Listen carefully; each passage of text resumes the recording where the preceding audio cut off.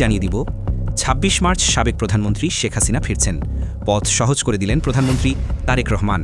বিস্তারিত থাকছে প্রতিবেদন। বাংলাদেশের নির্বাচনে বিএনপির বিজয় এবং তারেক রহমান প্রধানমন্ত্রী হওয়ার পর থেকেই ভারতের সঙ্গে সম্পর্ক উন্নয়নের প্রচেষ্টা জোরদার করেছে ঢাকা। এই আবহে মার্চের শুরুতেই বাংলাদেশের শীর্ষ প্রতিরক্ষা গোয়েন্দা সংস্থা ডিরেক্টরেট জেনারেল অফ ফোর্সেস ইন্টেলিজেন্সের প্রধান একটি উচ্চ পর্যায়ের বৈঠকে যোগ দিতে ভারত সফর করেছিলেন। তারেক রহমান সরকার ক্ষমতায় আসার পর এটি প্রথম কোনো শীর্ষ কর্মকর্তা ভারত সফরকালে তিনি ভারতীয় গোয়েন্দা সংস্থার প্রধান পরাগ জৈন এবং মিলিটারি ইন্টেলিজেন্সের ডিজি লেফটেন্যান্ট জেনারেল আর.এস. রামানের সঙ্গে গুরুত্বপূর্ণ বৈঠক করেন। ২রা মার্চ একটি ব্যক্তিগত নৈশভোজের সময় দুই দেশের গোয়েন্দা প্রধানরা গোয়েন্দা তথ্য ভাগ করে নেওয়া এবং নিরাপত্তা অংশীদারিত্ব গভীর করার বিষয়ে বিস্তারিত আলোচনা করেছিলেন। হাদির হত্যাকারীরা দেশে ফিরলেই ফাঁসতে চলেছেন মুখোশের আড়ালে থাকা অনেকেই। বিস্তারিত থাকছে প্রতিবেদনে।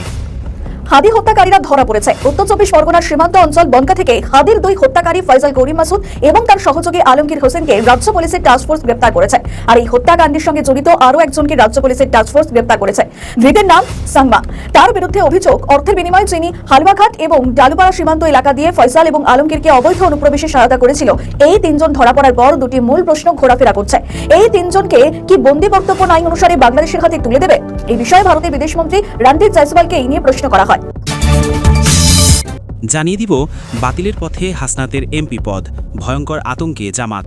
বিস্তারিত থাকছে প্রতিবেদন। হাসনাত আব্দুল্লাহ এমপি পদ বাতিল হয়ে গিয়েছে। বিভিন্ন গণমাধ্যমের প্রতিবেদন অনুসারে কুমিল্লা ৪ নম্বর আসনের এই প্রার্থী এবং জামাতের বেশ কয়েকজন প্রার্থী এমপির পদ বাতিল করা হয়েছে। রাষ্ট্রপতি শাহাবুদ্দিন চুপুর আদেশক্রমে সংসদ সচিবালয় থেকে এই সংক্রান্ত একটি বিজ্ঞপ্তি জারি করা হয়েছে। সংসদ ভবনে প্রথম অধিবেশন শুরু হওয়ার পরেই এমপি বাতিলের ঘোষণা করা হয়। এমপি পদ বাতিলের কারণ হিসেবে দেখানো হয়েছে পদের যোগ্যতা এবং নির্বাচনী আচরণ বিধি সংক্রান্ত আইনি জটিলতার কারণে এই সিদ্ধান্ত নেওয়া হয়েছে। বৈষম্য বিরোধী আন্দোলনের এই নেতা বেশ আলোচিত ছিলেন। এমপি পদ বাতিলের পর সংসদ ভবনে মিশ্র প্রতিক্রিয়া দেখা গিয়েছে।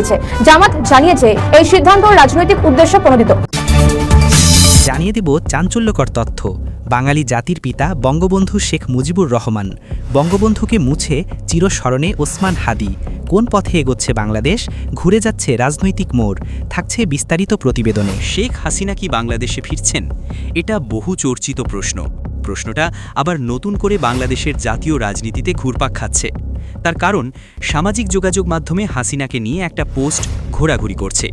সেই পোস্টে লেখা হয়েছে, দেশে ফিরছেন হাসিনা। আগামী ২৬ মার্চ তিনি বাংলাদেশে আসছেন। প্রথমেই যাবেন টুঙ্গিপাড়া, বঙ্গবন্ধুর প্রতি শ্রদ্ধা জানাবেন। তারপর তিনি রাজনীতির ময়দানে পা রাখবেন। হাসিনার দেশে ফেরা নিয়ে সামাজিক যোগাযোগ মাধ্যমে এর আগেও একাধিক পোস্ট আমাদের নজরে এসেছে। হাসিনা নিজেও বেশ কয়েকবার বলেছেন তিনি দেশে ফিরতে বদ্ধপরিকর। একটি অডিও বার্তায় তাকে দেখা গিয়েছিল পূর্বতন সরকার প্রধানকে চ্যালেঞ্জ জানাতে। বলেছিলেন তিনি একটা হেলিকপ্টার পাঠিয়ে দিলেই তিনি বাংলাদেশে ফিরে যাবেন। তবে নতুন করে হাসিনার প্রত্যাবর্তন নিয়ে জাতীয় রাজনীতিতে চর্চা হওয়ার কারণ ক্ষমতা পালাবদল। বাংলাদেশে নিরঙ্কুশ সংখ্যাগরিষ্ঠতা নিয়ে সরকার গঠন করেছে বিএনপি। তারেক রহমান প্রধানমন্ত্রী হয়েছেন। সংসদে দেওয়া ভাষণে তার মুখে শোনা গিয়েছিল বাংলাদেশের মুক্তিযুদ্ধে জাতির পিতার প্রশংসা। তাছাড়া বিএনপি ক্ষমতায় আসীন হওয়ার পর দেশের বিভিন্ন প্রান্তে বন্ধ থাকা আওয়ামী লীগের দফতর খোলা শুরু হয়েছে। এই পালাবদলের প্রেক্ষিতে সামাজিক যোগাযোগ মাধ্যমে হাসিনার ঘর ওয়াপসি নিয়ে যে পোস্ট ঘোরাঘুরি করছে তা নিয়ে নতুন করে চর্চা শুরু হয়েছে। আওয়ামী লীগের প্রথম সারির নেতা থেকে শুরু করে তৃণমূল স্তরের নেতারা মনে করছেন এটাই এখন তাদের দেশে ফেরার সবথেকে ভালো সময়। শেখ হাসিনার সম্প্রতি দিল্লিতে একটি ভার্চুয়াল বৈঠক করেন। বৈঠকে দলের আত্মগোপন করে থাকা নেতাদের তিনি দেশে ফেরার আহ্বান জানান। তার এই বার্তার মূল কারণ বাংলাদেশের সামনেই স্থানীয় সরকার নির্বাচন। হাসিনা চাইছেন তার দল এই নির্বাচনে প্রতিদ্বন্দ্বিতা করুক। রাজনৈতিক বিশ্লেষকদের একাংশ মনে করছে আসন্ন স্থানীয় সরকার নির্বাচনে আওয়ামী লীগ যদি প্রতিদ্বন্দ্বিতা না করে তাহলে দল অস্তিত্ব সংকটে পড়ে যাবে। দলকে বাঁচাতে স্থানীয় সরকার নির্বাচনে আওয়ামী লীগের অংশগ্রহণ অত্যন্ত জরুরি। বিএনপির একাংশ কিন্তু মনে করে জাতীয় রাজনীতিতে আওয়ামী লীগের ফিরে আসা অত্যন্ত জরুরি। জামাত আত্মপ্রকাশ করেছে। জাতীয় সংসদে তারা প্রধান বিরোধী দল। জাতীয় সংসদের অধিবেশন শুরু হওয়ার আগে তারা একটি বৈঠক ডাকে।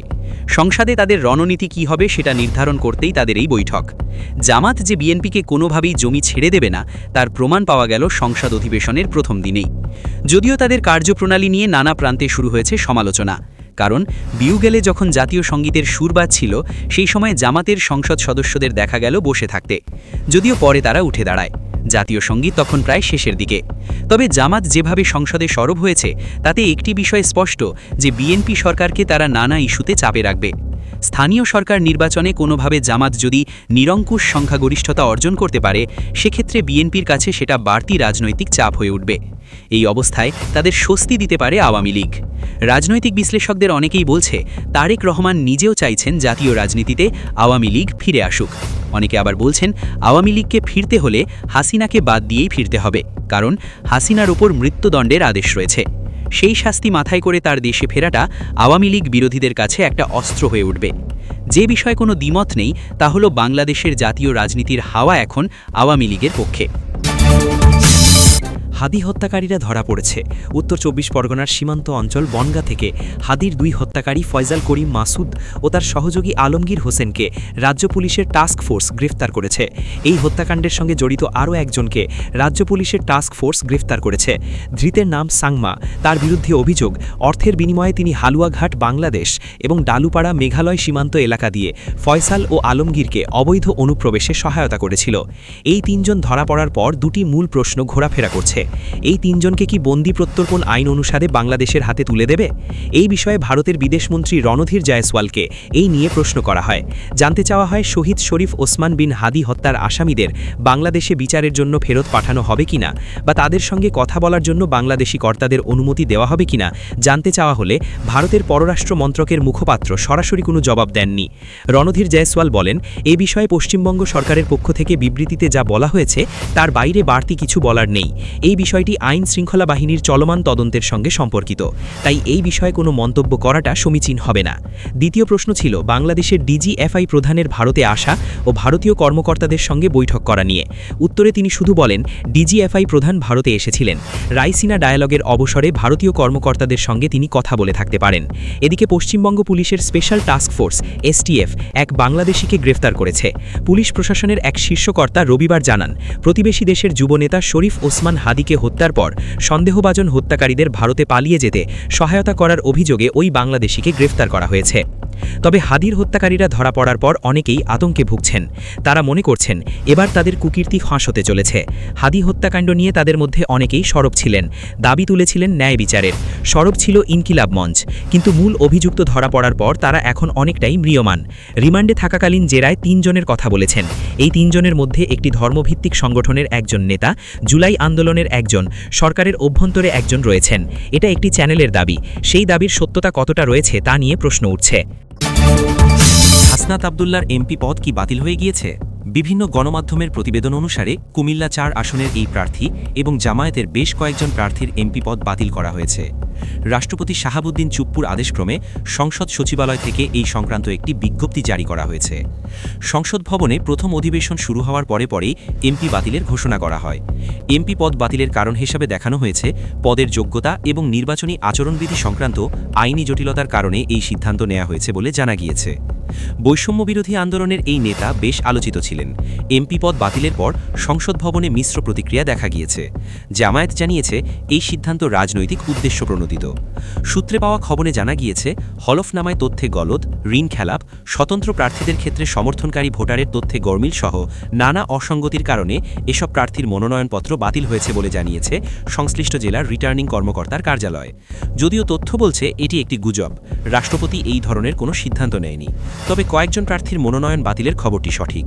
তবে হাসনাতের এমপি বাতিল নিয়ে গুজব তৈরি হওয়ার কারণ রাষ্ট্রপতি শাহাবুদ্দিন চুপ্পুর ভাষণের সময় জামায়াত এবং এনসিপি সদস্যদের তীব্র প্রতিবাদ। বৃহস্পতিবার সংসদ অধিবেশন শেষ হওয়ার পর হাসনাত আবদুল্লাহ সামাজিক যোগাযোগ মাধ্যম ফেসবুকে একটি স্ট্যাটাস দেন। তিনি মাত্র 3টি শব্দ ব্যবহার করেন, গেট আউট চুপ্পু। এদিকে স্ট্যাটাসটি প্রকাশের পরপরই সামাজিক যোগাযোগ মাধ্যমে ব্যাপক আলোচনার সৃষ্টি হয় এবং দ্রুত ভাইরাল হয়ে পড়ে। এখানে চুপ্পু শব্দটি দিয়ে রাষ্ট্রপতি মোহাম্মদ শাহাবুদ্দিনকে বোঝানো হয়েছে। রাজনৈতিক মাঠে তিনি চুপ্পু নামেই পরিচিত। তবে এই বিষয়ে হাসনাত আবদুল্লার পক্ষ থেকে এখনও কোনো বিস্তারিত ব্যাখ্যা পাওয়া যায়নি। তার এই সংক্ষিপ্ত মন্তব্য ইতোমধ্যেই রাজনৈতিক অঙ্গন ও সামাজিক যোগাযোগ মাধ্যমে ব্যাপক আলোচনা সমালোচনার জন্ম দিয়েছে।